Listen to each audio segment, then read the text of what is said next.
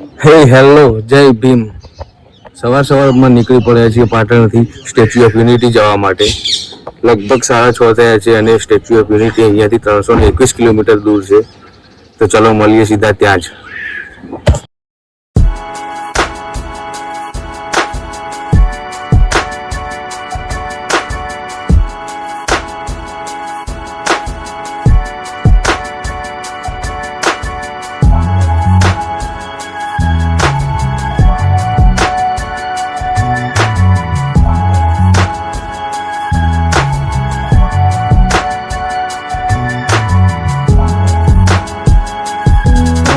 તો પહોંચી ગયા છીએ આપણે સ્ટેચ્યુ ઓફ યુનિટી ઉપર. હવે અહીંયાથી ટિકિટ લેવાની રહેશે. ટિકિટની પ્રાઇસ હું તમને થોડી વારમાં જણાવું અથવા અહીંયા નીચે લખેલી આવી જશે. તો ચાલો મળીએ પછી ત્યાં જ જઈને સીધા ત્યાં અંદર શું શું છે એ બધું હું તમને બતાવું.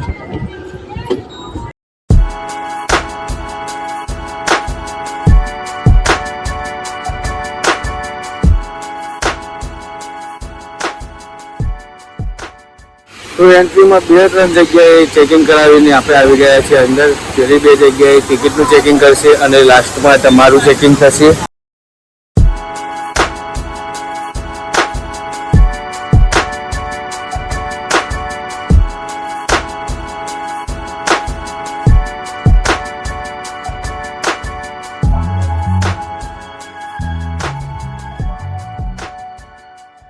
તો અહીંયાથી આપણે સ્ટેચ્યુ ઓફ યુનિટી સુધી આ મિની બસમાં જવાનું છે.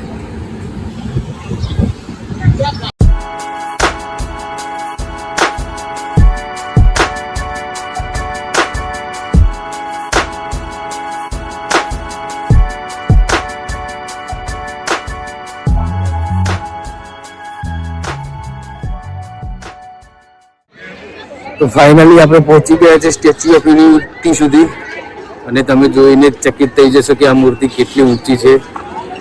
હું તમને બતાવું. દેખો, દુનિયાની સૌથી ઊંચી મૂર્તિ, સૌથી ઊંચું સ્ટેચ્યુ. વાવ, 182 મીટર. અખંડ ભારતના ઘડવૈયા સરદાર વલ્લભભાઈ પટેલ જેટલું ઊંચું એમનું માન સન્માન પ્રતિમા એટલી જ ઊંચી એમની મૂર્તિ. અહીંયાથી આપણે એન્ટ્રી કરવાની અને પછી આપણને અહીંયાથી અંદર જવા મળશે. તો ચાલો જઈએ હવે અંદર. તો આપણે અંદર આવી ગયા છીએ અને અહીંયા જાણકારી લે છે એટલે કે ઇન્ફોર્મેશન બેસ્ડ. અહીંયાથી તમે સ્ટેચ્યુ ઓફ યુનિટી વિશે અલગ અલગ માહિતી લઈ શકો છો અને તમને બધી માહિતી અહીંયાથી મળી જશે. આ એન્ટ્રી છે, અહીંયાથી એન્ટ્રી કરીને અંદર તમને બધું જોવા મળશે. તો ચાલો જઈએ અંદર અને જોઈએ.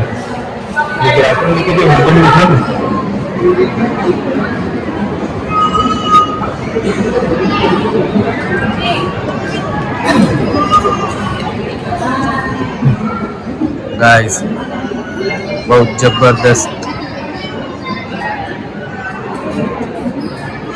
સખત.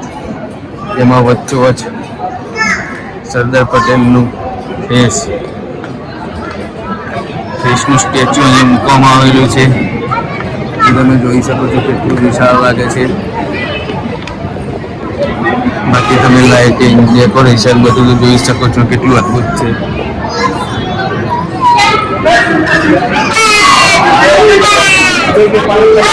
અને આ નરેન્દ્ર મોદી દ્વારા બનાવેલી એક તકતી છે જેમાં અહીંયા સ્ટેચ્યુ ઓફ યુનિટી વિશે લખેલ છે.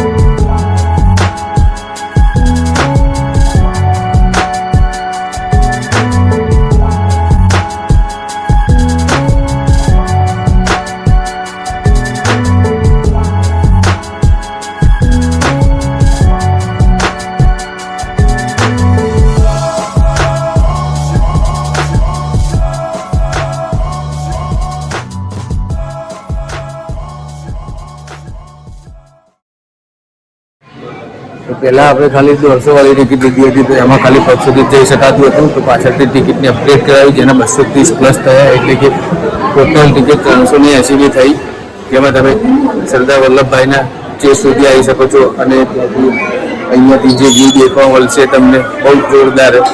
તો ચાલો હું તમને એ વ્યૂ બતાવું.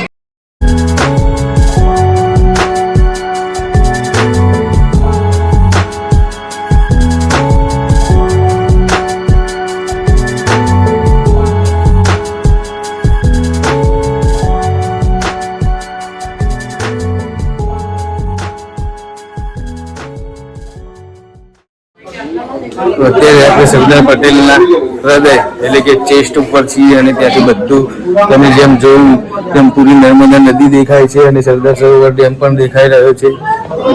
તો બહુ અદભુત નજારો છે.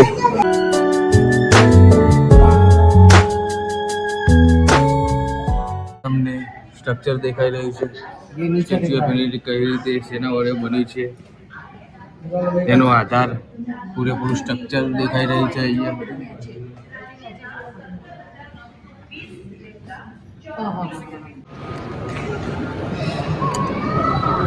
આ બધા એ રજવાડા જે સરદાર વલ્લભભાઈ પટેલે ભારતમાં વિલીન કર્યા.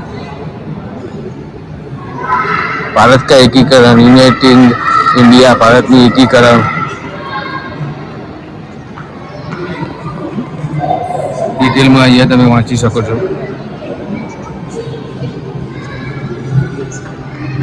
સરદાર પટેલના પદચિહ્નો ઉપર ચાલીને તમે અહીંયાથી એક પ્રતિજ્ઞા લઈ શકો છો. જે પ્રતિજ્ઞાઓ અલગ અલગ અહીંયા દર્શાવેલી.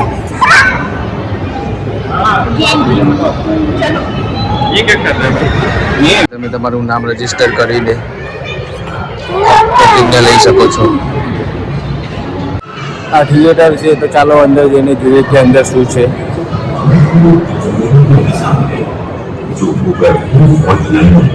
नदी की विभाजन धाराओं और बांध की कमी पर विजय के साथ गर्व से खड़ा है। बांध की बुनियाद के अंदर से जा रही फॉल्ट लाइन को प्लग करने के लिए रीइंफोर्स स्टील की आवश्यकता थी। बांध के निर्माण में 68 करोड़ घन मीटर कंक्रीट का प्रयोग हुआ था, जो 2 बार થિયેટરમાં તો અંદર તમે જોયું એમ નાની એવી સ્ક્રીન હતી, અને એના ઉપર સરદાર સરોવર ડેમ અને સ્ટેચ્યુ ઓફ યુનિટી કઈ રીતના બનાવ્યું એના વિશે જણાવવામાં આવી રહ્યું છે. તો તમારે જો જાણવું હોય એના વિશે શાંતિથી બેસીને, તમારા જોડે જો ટાઈમ હોય તો તમે અહીંયા બેસીને તમે પૂરેપૂરું જાણી શકો છો કે આ સ્ટેચ્યુ ઓફ યુનિટી અને સરદાર સરોવર ડેમ કઈ રીતના બનાવવામાં આવ્યો છે. તો આપણે હવે જઈ રહ્યા છીએ સરદાર પટેલના પગ સુધી. મારા મત પ્રમાણે તો ચેસ સુધી તો ના જવાય, અને ખોટા પૈસા ટિકિટના ના બગાડાય, કેમ કે કંઈ એટલું બધું ખાસ જોવાનું છે નહીં. જે પણ જોવાનું છે એ બધું જ નીચે પગમાં જ છે, અને નીચે જે ગેલેરી હતી ત્યાં જ જોવાનું છે, ઉપર કંઈ જોવાનું નથી. તો તમે બધા પૈસા ના બગાડશો ટિકિટના અને ઉપર ના જશો. પગ સુધી જે જોવું હોય એ બધું જોવા મળી જાય છે, અને બધું ત્યાં જ જોવાનું છે, બાકી ઉપર કંઈ નથી. તો ચલો હવે જઈએ પગ પાસે અને જોઈએ કે ત્યાં શું શું છે.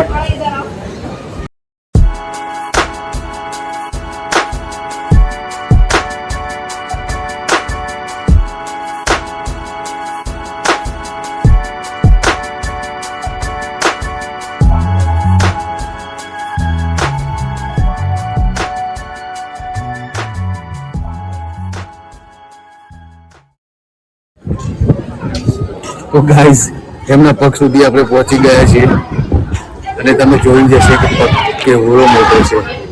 એમનો પગ જ એટલો મોટો છે કે માણસ આટલા નાના નાના લાગે, અને સ્ટેચ્યુ તો બહુ જ મોટું છે.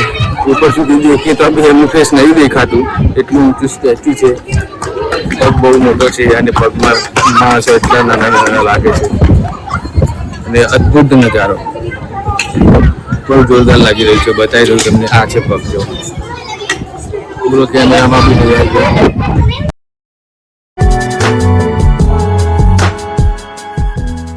ફાઇનલી આપણે આવી ગયા છે સ્ટેચ્યુ ઓફ યુનિટીની બહાર. હવે આપણે આગળ બીજું એક્સપ્લોર કરવા જઈશું. જો તમારે અહીંયા નાસ્તો કરવો હોય તો અહીંયા અલગ અલગ પ્રકારના સ્ટોલ છે, જ્યાં બધા ફ્રૂટ્સ ને બધું મળી રહેશે. તમે જરૂરથી ટ્રાય કરો. આપણે હવે જઈશું ડેમ વ્યૂ પોઈન્ટ જોવા. આ વખતે આપણે અહીંયાની બસમાં જઈશું, જે ફૂલ એસી બસ છે અને ફ્રીમાં સર્વિસ આપે છે. તો જઈએ ડેમ વ્યૂ પોઈન્ટ જોવા માટે. તો હવે આપણે આવી ગયા છીએ ડેમ વ્યૂ પોઈન્ટ ઉપર બાય બસ પર. તો પણ અહીંયાથી બી ઘણું ચાલવાનું હતું. તો જો તમે પૈસા ખર્ચીને ગોલ્ડ ફાર્મની અંદર આવવા માંગતા હો તો તમે આવી શકો છો. બાકી તમારે ચાલીને આવવું હોય તો બી તમે આવી શકો છો ચાલીને. તો તમને બતાવું ડેમ વ્યૂ પોઈન્ટ. એમની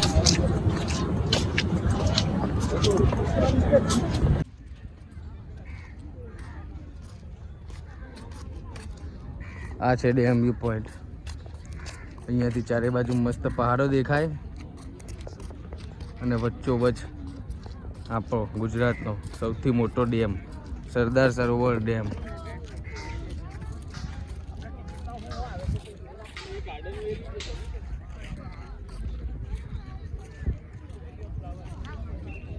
જે ડેમને બનાવવા પાછળ ઘણા લોકોએ આંદોલનો સ્ટ્રાઇક્સ કરી હતી.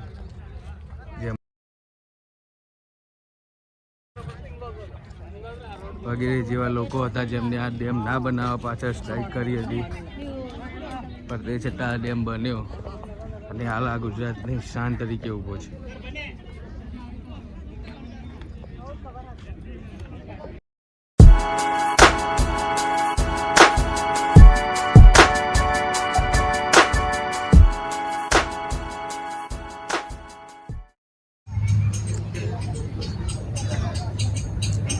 આ છે વેલી ઓફ ફ્લાવર્સ. અહીંયા અલગ અલગ પ્રકારના ફ્લાવર્સ જોવા મળશે તમને. એકદમ ગાર્ડન જેવું બનાવેલું છે અને એની અંદર મસ્ત મસ્ત તમને ફૂલ જોવા મળે. જો આ બધા ફૂલ અલગ અલગ મસ્ત મસ્ત ફૂલ છે.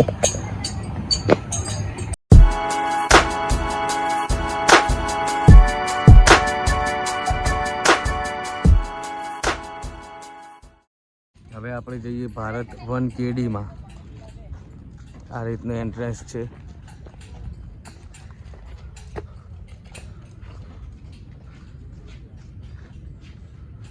અહીંયા સ્ટાર્ટિંગમાં જ રેન્જ જોવા મળે છે, રેન્જનું પૂતળું જોવા મળે છે.